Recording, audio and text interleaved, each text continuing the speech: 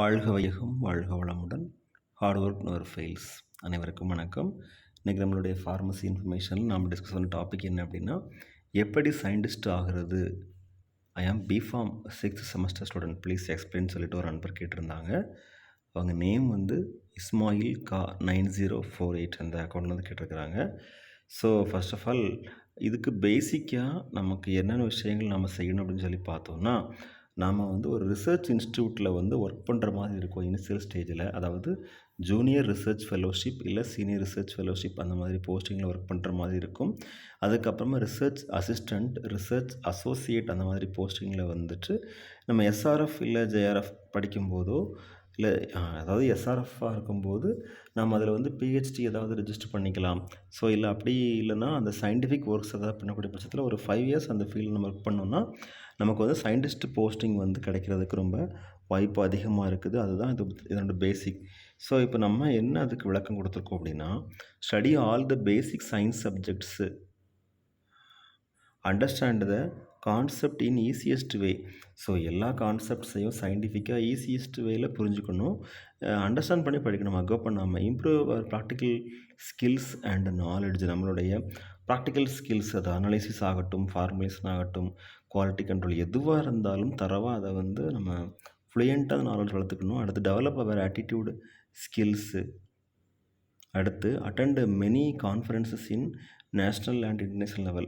So நிறைய conference நாம் attend பண்ணும்போது நமக்கு நிறைய சயின்டிஃபிக்கான ஐடியாஸ் கிடைக்கும். நிறைய ப்ரொஃபஸர்ஸ், நிறைய சயின்டிஃபிக் பர்சன்ஸ் நம்ம மீட் பண்ணக்கூடிய வாய்ப்பு கிடைக்கும். நமக்கு ஒரு இன்ஸ்பிரேஷன் கிடைக்கும். After completion of bachelor of pharmacy, battle of pharmacy இல்லை, spelling mistake, bachelor of pharmacy, join as a junior research fellowship or senior research fellowship followed by research assistant as well as research associate posting. அப்புறம் நமக்கு எந்த area வந்து இன்ட்ரெஸ்டாக இருக்குதுன்னு சொல்லி நம்ம check பண்ணிக்கணும்.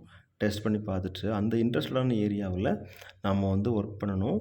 ஸோ இந்த மாதிரி நம்ம சயின்டிஃபிக்காக ஒவ்வொரு ஃபீல்டையும் ஸ்டெப் பை ஸ்டெப் நம்மளோட இன்ட்ரெஸ்டோட டெவலப் சில ரிசர்ச் இன்னோவேஷன்ஸ் எல்லாம் டெவலப் பண்ணக்கூடிய பட்சத்தில் நமக்கு சயின்டிஸ்ட் ஆகிறதுக்கு வாய்ப்பு அதிகம். ஸோ அந்த மாதிரியான ஆர்என்டி ஒர்க்ஸு, இந்த பேசிக்கு சயின்டிஃபிக் அப்ரோச்சஸ் எல்லாம் வந்து நம்ம பேசிக்காக கம்ப்ளீட் பண்ணிவிட்டு அந்த ரிசர்ச் அசிஸ்டண்ட், அசோசியேட், அப்புறமா சயின்டிஸ்ட் போஸ்டிங்கில் நம்ம அப்ளை பண்ணி அங்கே ரிசர்ச் இன்ஸ்டியூட்டில் ஒர்க் பண்ணும்போது நமக்கு அதை பற்றின ஃபுல் ஐடியாஸ் கிடைக்கும் அப்படின்னு தெரியப்படுத்திக்கிறோம்.